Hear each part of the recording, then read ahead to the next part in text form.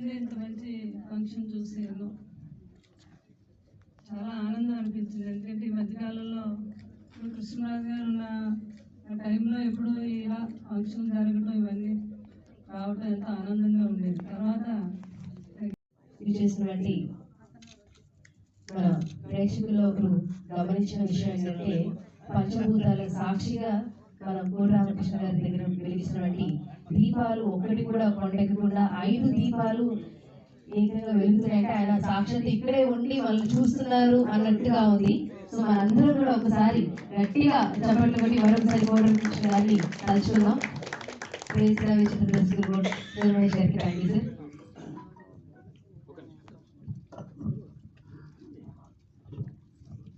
BPG and MMN team stage పైకి రావాల్సిందిగా.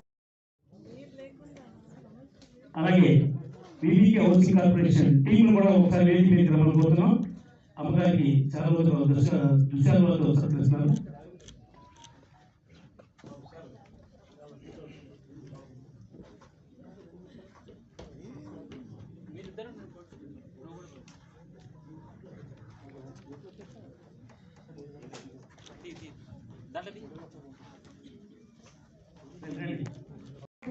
ఆశీస్సులతో అర్పిస్తున్నా.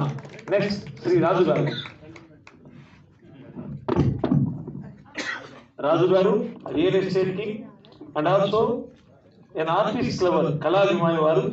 మరి కళలను ఆరాధించడం, కళా ప్రక్రియలను ఆస్వాదించడం వారి ప్రవృత్తి. వారికి కూడా ధన్యవాదాలు కుటుంబాలని సభాముఖంగా ఘటిస్తున్నాం.